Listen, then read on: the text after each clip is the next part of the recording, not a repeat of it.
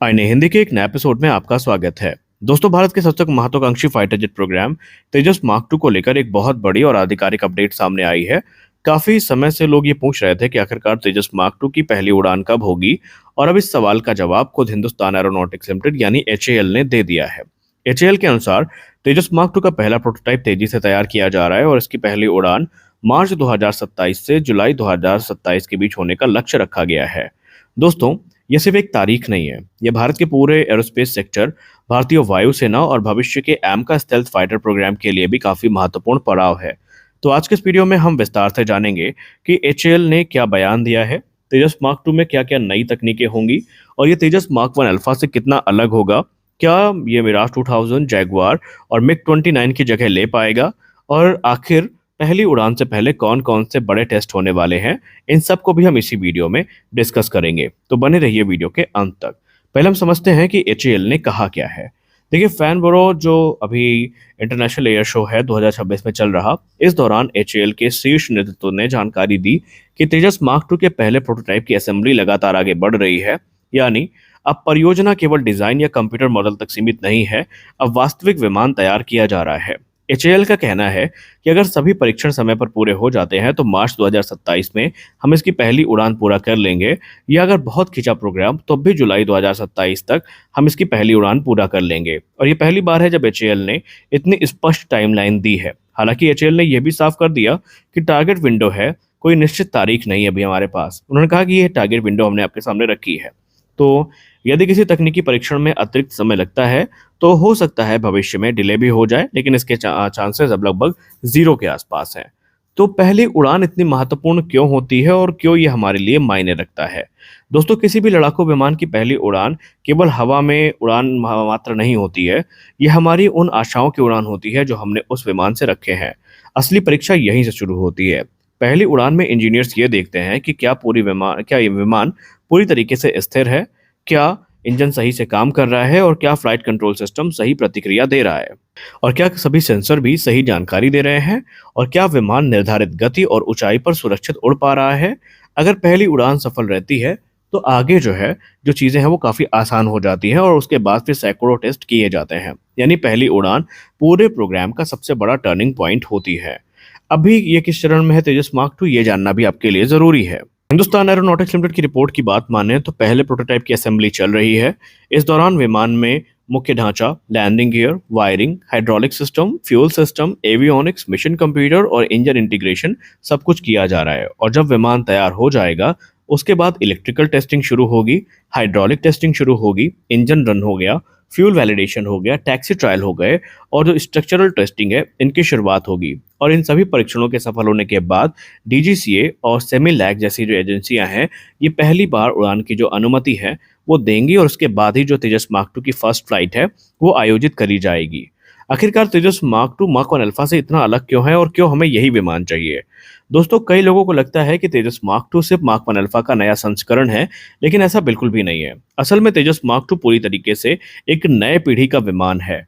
अगर हम दोनों का नाम भले ही देख लें सेम होते हुए, लेकिन कैपेबिलिटी में ये कहना बहुत गलत होगा कि दोनों सेम है। दरअसल दोनों बहुत अलग एयरक्राफ्ट हैं।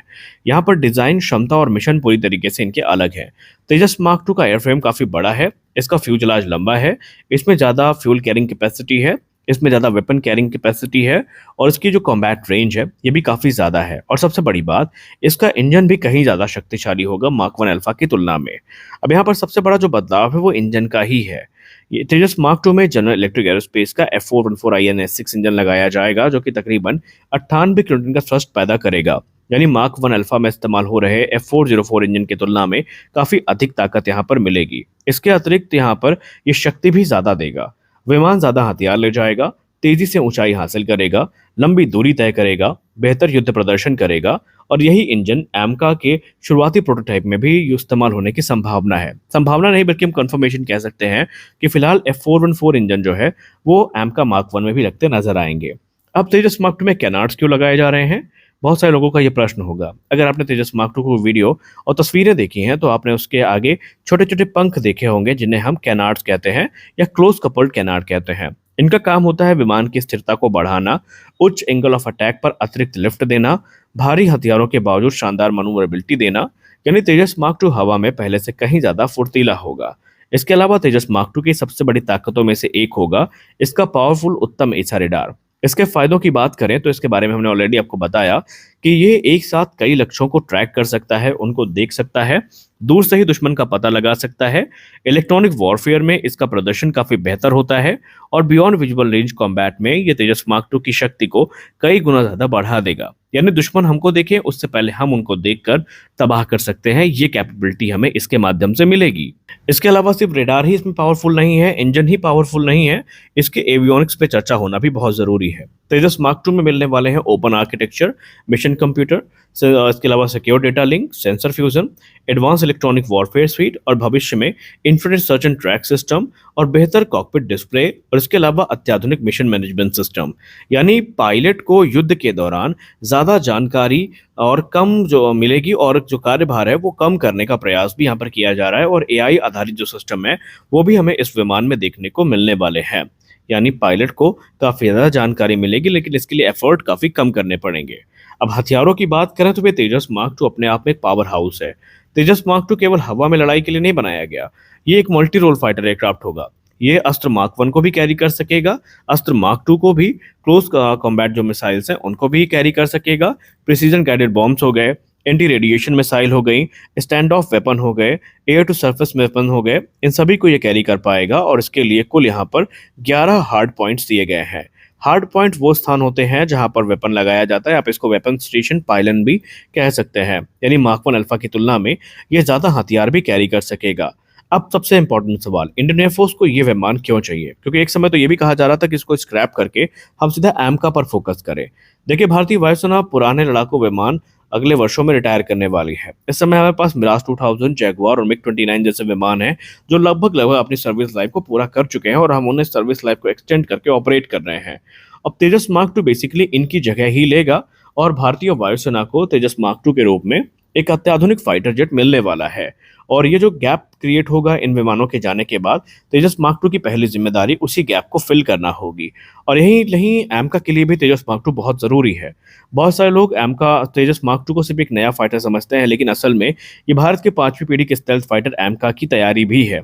तेजस मार्क टू पर विकसित होने वाले mission computer, flight control system, sensor fusion, electronic warfare और एवियोनिक्स आर्किटेक्चर सीधे एमका में बोरो किए जाएंगे। यानी उनको अलग से विकसित नहीं किया जाएगा, वो सीधे तेजस से ही बोरो किए जाएंगे और इसीलिए तेजस मार्क टू की सफलता एमका की सफलता से भी जुड़ी है। अब आगे क्या होगा?